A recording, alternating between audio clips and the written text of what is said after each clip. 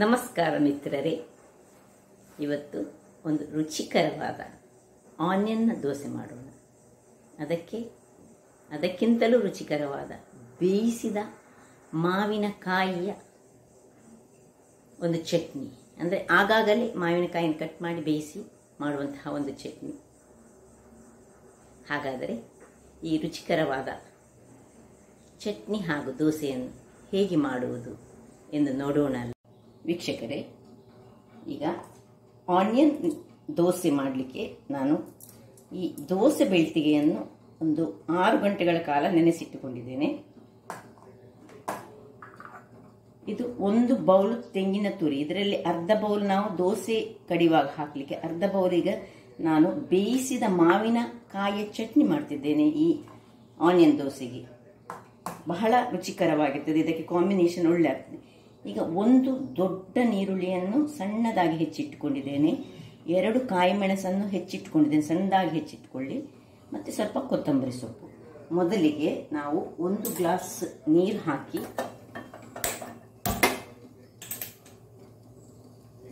ಈ ಮಾವಿನಕಾಯಿಯನ್ನು ಬೇಯಿಸೋಣ. ಈ ಚಟ್ನಿ ಮಾಡಲಿಕ್ಕೆ ಮಾವಿನಕಾಯಿಯಲ್ಲಿ ಬೇಯ್ತಾ ಇರಲಿ. ನೋಡಿ, ಇಲ್ಲಿ ಮಾವಿನಕಾಯಿ ಉಂಟು.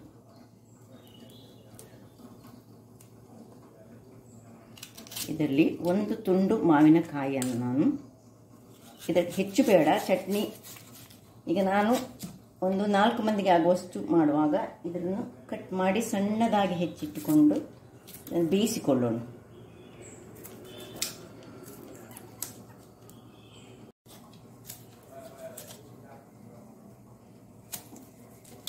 ವೀಕ್ಷಕರೇ ನೋಡಿ, ಇಷ್ಟು ಸಣ್ಣದಾಗಿ ಹೆಚ್ಚಿಟ್ಟುಕೊಂಡು ನೋಡಿ. ನೀವು ಅಬ್ಸರ್ವ್ ಮಾಡಿರ್ಬೋದು, ನಾನು ಸಿಪ್ಪೆ ತೆಗೀಲಿಲ್ಲ. ಸಿಪ್ಪೆ ಬೇಡ ತೆಗೆಯುವುದು, ಸಿಪ್ಪೆ ಒಟ್ಟಿಗೆ ನಾವೀಗ ಬೇಯಿಸ್ತಿದ್ದೇವೆ. ನಾವು ಎಷ್ಟು ಮಂದಿಗೆ ಮಾಡ್ತೇವೆ ಅದರ ಪ್ರಕಾರ ಈ ಮಾವಿನಕಾಯಿಯನ್ನು ತೆಗೆದುಕೊಳ್ಬೇಕು, ಯಾಕಂದರೆ ಇಲ್ಲದೆ ತುಂಬ ಹುಳಿ ಆಗ್ತದೆ. ಈಗ ನಾನು 100 ಗ್ರಾಮ್ಸ್ನಷ್ಟು ತೆಂಗಿನ ತುರಿ ತೆಗೆದುಕೊಂಡು ಅದಕ್ಕೆ 1 ಸಣ್ಣ ತುಂಡು ಇದನ್ನೀಗ ಬೇಯಿಸಿಕೊಳ್ತಿದ್ದೇನೆ. ಈಗ ಮುಚ್ಚಿಕೊಂಡು ಈಗ ದೋಸಾ ಬ್ಯಾಟರ್ ಅನ್ನು ರೆಡಿ ಮಾಡುವ. ನೋಡಿ, ಇದು 1/4 kg ನಾನು ಅಕ್ಕಿಯನ್ನು ನೀರಿನಲ್ಲಿ ಹಾಕಿಟ್ಕೊಂಡದ್ದು. ಒಂದು 6 ಗಂಟೆಗಳ ಕಾಲ ಅದು ನೆನೆಯಬೇಕು ವೀಕ್ಷಕರೇ. ಈಗ ಇದಕ್ಕೆ ಸ್ವಲ್ಪ ತೆಂಗಿನ ತುರಿಯನ್ನು ಹಾಕೊಳ್ಳೋಣ. ಒಂದು 50 ಗ್ರಾಮ್ಸ್ನಷ್ಟು ಹಸಿ ತೆಂಗಿನ ತುರಿಯನ್ನು ಹಾಕೊಳ್ಬೇಕು ನಾವು. ಸ್ವಲ್ಪ ನೀರನ್ನು ಹಾಕೊಂಡು, ಇದಕ್ಕೆ ಸ್ವಲ್ಪ ನೀರು ಹಾಕಿ, ಈ ನೀರು ದೋಸೆಯ ಗ್ರೈಂಡ್ ಮಾಡ್ತೀವಿ ಹೇಗೆ ನೋಡಿ, ಹಾಗೆ ನಾವು ಗ್ರೈಂಡ್ ಮಾಡಿ ನಾನೀಗ ತರ್ತೇನೆ.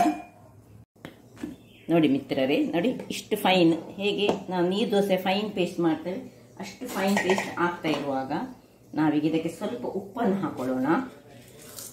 ರುಚಿಗೆ ತಕ್ಕಷ್ಟು ಉಪ್ಪು ಮತ್ತು ಈ ನೀರುಳ್ಳಿಯನ್ನು, 1 ನೀರುಳ್ಳಿ ಹಾಗೂ ಈ ಹೆಚ್ಚಿಟ್ಟ ಮೆಣಸು, ಹೆಚ್ಚಿಟ್ಟ ಕೊತ್ತಂಬರಿ ಸೊಪ್ಪು ಎಲ್ಲವನ್ನು ಹಾಕಿ 1 ರೌಂಡ್ ನಾವೀಗ ಖಾಲಿ 1 ರೌಂಡ್ ನಾನು ಸುತ್ತಿಕೊಳ್ತೇನೆ. ಹೆಚ್ಚಲ್ಲ, ಯಾಕೆ ಹೇಳಿದ್ರೆ ಆಲ್ರೆಡಿ ನೋಡಿ ಈ ನೀರು ದೋಸೆ ಹದದ ಬ್ಯಾಟರ್ ರೆಡಿಯಾಗಿದೆ, ರೆಡಿಯಾಗಿದೆ. ಸೊ 1 ಸರ್ತಿ ನಾನೀಗ ಇದನ್ನು 1 ತಿರುಗಿಸಿ ತರ್ತೇನೆ ವೀಕ್ಷಕರೇ. ನೋಡಿ, ಹೀಗೆ ಅಲ್ಲಲ್ಲಿ ಬಾಯಿಗೆ ನಮಗೆ ಸಿಕ್ಕಬೇಕು ಈ ನೀರುಳ್ಳಿದ್ದು. ಇದು ನೋಡಿ, ಹೀಗೆ ಈ ಹಿಟ್ಟನ್ನು ನಾನು ನೋಡಿ, ನಿಮಗೆ ಕಾಣ್ತಾ ಇರ್ಬೋದು ನೀರುಳ್ಳಿಯ ತುಂಡುಗಳು ಅದರಲ್ಲಿ ಕಾಣ್ತಾ ಉಂಟು. ನಾವು ಹೆಚ್ಚಿದ್ದು ಸಣ್ಣದಾಗಿ ಹೆಚ್ಚಿಟ್ಟಿದ್ದೇವೆ. ಈಗ ಇದಕ್ಕೆ ಸ್ವಲ್ಪ ನೀರನ್ನು ಹಾಕೊಂಡು, ಇದು ನೀರು ದೋಸೆ ಹದಕ್ಕೆ ನಾವು ತರಬೇಕು ಇದನ್ನು. ಇದು ಭಾರಿ ಸುಲಭ ನೀರುಳ್ಳಿ ದೋಸೆ ಮಾಡೋದು, ಬಹಳ ಟೇಸ್ಟ್ ಆಗಿರ್ತದೆ. ಈಗ ಇದಕ್ಕೊಂದು ನಾನು ಬೇಯಿಸಿದ ಮಾವಿನ ಹಣ್ಣಿನ ಚಟ್ನಿ ಮಾಡ್ತೇನೆ. ಈ ಮಾವಿನ ಸೀಸನ್ನಲ್ಲಿ ನಾವು ಇದನ್ನೆಲ್ಲ ಮಾಡಿದರೆ ನಮಗೆ ಬಹಳ ರುಚಿಕರವಾಗಿರ್ತದೆ. ಇದು ನೋಡಿ, ಮಾವು ಬೇಯ್ತಾ ಉಂಟು ನೋಡಿ, ಮಾವಿನಕಾಯಿ ನೋಡಿ. ಇದಕ್ಕೆ ನಾನು ಸ್ವಲ್ಪ ಉಪ್ಪನ್ನು ಹಾಕೊಳ್ತೇನೆ, ಸ್ವಲ್ಪ ಸಾಕು. ಯಾಕಂದ್ರೆ ಮತ್ತೆ ಚಟ್ನಿಗೆ ಬೇಕಿದ್ರೆ ಹಾಕೊಳ್ಬೋದು ನಾವು. ಉಪ್ಪನ್ನು ಹಾಕೊಂಡು ನಾವು ಅದು ಬೆಂದಿದ ಅಂತ ಒಮ್ಮೆ ನೋಡುವ. ಬೆಂದಿದೆ ನಾವು ವೀಕ್ಷಕರೇ, ಬೆಂದಿ ಸಾಕು. ಇಷ್ಟಾದ್ಮೇಲೆ ಇದನ್ನು ಆಫ್ ಮಾಡಿಕೊಂಡು ಇದನ್ನು ತಣ್ಣಗಾಗಲಿಕ್ಕೆ ಬಿಡೋಣ. ನೋಡಿ ವೀಕ್ಷಕರೇ, ಇದಕ್ಕೆ ದಪ್ಪ ಉಂಟು. ಇದನ್ನು ನಾವು ಸ್ವಲ್ಪ ನೀರು ಮಾಡ್ಕೊಳ್ಳೋಣ. ನೀರು ಹಾಕ್ಕೊಂಡು ಮತ್ತು ಉಪ್ಪೆಲ್ಲ ನೋಡಿಕೊಳ್ಳಿ. ಈ ಹೊತ್ತಲ್ಲಿ ನೀರು ದೋಸೆಯ ಹದಕ್ಕೆ ಬರಬೇಕಿದು. ನೋಡಿ ಆನಿಯನ್ ಎಲ್ಲ ಇದರಲ್ಲಿ ಕಾಣ್ತಾ ಉಂಟು. ನಾವು ಒಂದೇ ರೌಂಡ್ ತೆಗೆದದ್ದು ಲಾಸ್ಟಿಗೆ.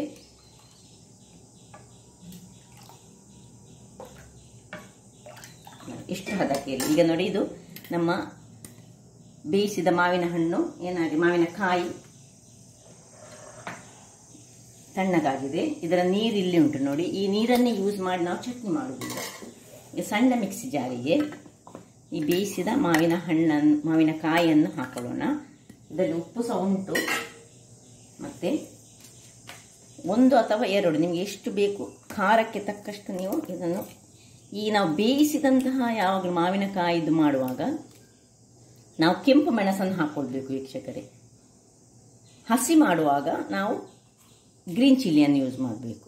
ಯಾವುದೇ ಒಂದು ಇದು ಮಾಡುವಾಗ ಹಸಿಯಾಗಿ ಮಾಡುವಾಗ ಗ್ರೀನ್ ಚಿಲ್ಲಿ. ಈಗ 1 ಬೆಳ್ಳುಳ್ಳಿಯನ್ನು ಹಾಕ್ತಿದ್ದೇನೆ ನೋಡಿ. ಸ್ವಲ್ಪ ಸಾಸಿವೆ, ಒಂದು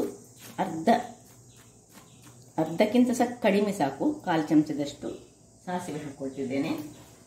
ಈಗ ತೆಂಗಿನ ತುರಿಯನ್ನು ಹಾಕಿ, ಇದಕ್ಕೆ ಹುಳಿ ಹಾಕಲಿಕ್ಕಿಲ್ಲ, ಯಾಕೆಂದರೆ ಮಾವಿನಕಾಯಿ ಹುಳಿ ಉಂಟು. ಈ ನಾವು ಬೇಯಿಸಿದ ನೀರನ್ನೇ ಹಾಕ್ಕೊಂಡು ನಾವು ಇದನ್ನು ನಾನೀಗ ಗ್ರೈಂಡ್ ಮಾಡಿ ತರ್ತೇನೆ. ವೀಕ್ಷಕರೇ ನೋಡಿ, ಚಟ್ನಿ ರೆಡಿಯಾಗಿದೆ. ಹೇಗೆ ಬಂದಿದೆ ನೋಡಿ. ಈಗ ಇಲ್ಲಿ ನಾನು ಗ್ಯಾಸನ್ನು ಆನ್ ಮಾಡಿ ನೀರು ದೋಸೆಗೆ ರೆಡಿ ಮಾಡಿದ್ದೇನೆ. ಅದರ ನಡುವಲ್ಲಿ ನಾವು ಚಟ್ನಿಗೆ ಒಂದು ಒಗ್ಗರಣೆಯನ್ನು ಕೊಡೋಣ. ಇದು ಬಿಸಿ ಆಗ್ತಾ ಇರಲಿ.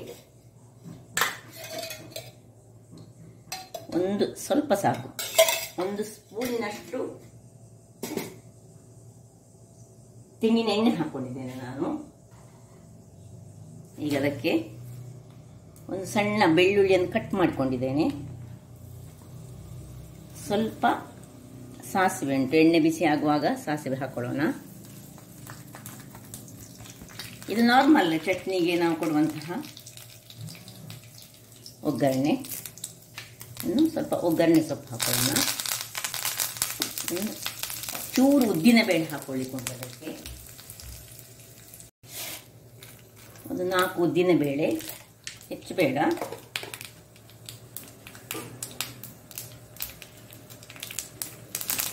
ಒಂದು ಬ್ಯಾಡಿಗೆ ಮೆಣಸನ್ನು,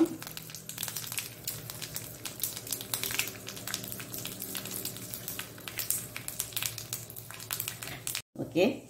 ಚಟ್ನಿಗೆ ಒಗ್ಗರಣೆಯನ್ನು ಹಾಕೊಳ್ಳೋಣ.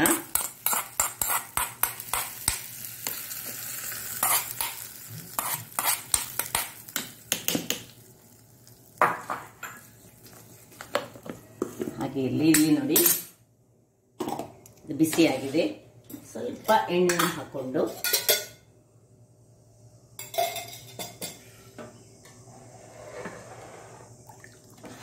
ಈ ಹದಕ್ಕೆ ಇರಬೇಕು. ಇದರಲ್ಲಿ ಕಾಯಿ ಮೆಣಸು ಉಂಟು, ನೀರುಳ್ಳಿ ಉಂಟು, ಕೊತ್ತಂಬರಿ ಸೊಪ್ಪು, ಆನಿಯನ್, ನೀರು ದೋಸದ ಹಾಗೆ ಅಂತ ಹೇಳ್ಬೋದು ನಾವು.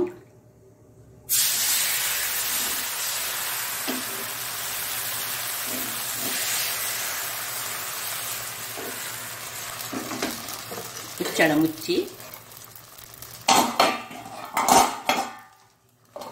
5 ನಿಮಿಷಗಳ ಕಾಲ ಬೇಯಿಸೋಣ. ವೀಕ್ಷಕರೇ ನೋಡಿ, 5 ನಿಮಿಷದ ಬಳಿಕ ಹೇಗೆ ಬಂದಿದೆ ನೋಡಿ. ಇದನ್ನು ನಿಮಗೆ ಎಷ್ಟು ತುಂಬ ಕಾಯಬೇಕಿದ್ರೆ ತುಂಬ ಕಾಯಿಸ್ಕೊಳ್ಬೋದು, ಅಥವಾ ಇನ್ನೊಂದು ಹಾಕೊಂಡು ತೋರಿಸ್ತೇನೆ ನಾನು. ತೆಳು ಬೇಕಿದ್ರೆ ಇನ್ನೂ ಸ್ವಲ್ಪ ತೆಳು ಮಾಡಿಕೊಳ್ಬೋದು ನೋಡಿ. ನೀರನ್ನು ಹಾಕೊಂಡು ಸ್ವಲ್ಪ ಇನ್ನೂ ಸ್ವಲ್ಪ ತೆಳು ಬೇಕಿದ್ರೆ ಮಾಡ್ಕೊಳ್ಬೋದು, ದಪ್ಪ ಆಗುತ್ತದೆ ನಿಮಗೆ ನೋಡಿ. ಹಿಟ್ಟು ನೀರು ದೋಸೆ ಹದದಲ್ಲಿ ಇರಬೇಕು.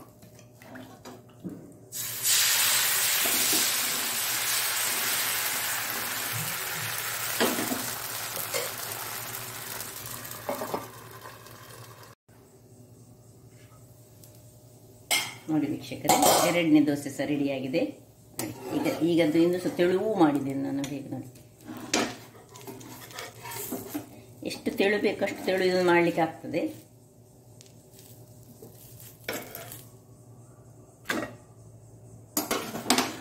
ಸೊ ಇದೀಗ ಚಟ್ನಿಯನ್ನು ಶುರು ಮಾಡುವ. ನೋಡಿ ಹೇಗೆ ಬಂದಿದೆ ನೋಡಿ ಚಟ್ನಿ.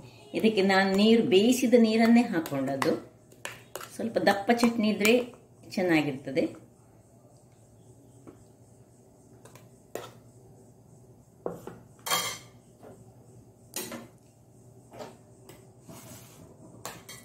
ಬೇಯಿಸಿದ ಮಾವಿನಕಾಯಿಯ ಚಟ್ನಿ, ಅದಕ್ಕೆ ತುರಿದ ತೆಂಗಿನಕಾಯಿಯನ್ನು ಹಾಕಿದ್ದೇನೆ.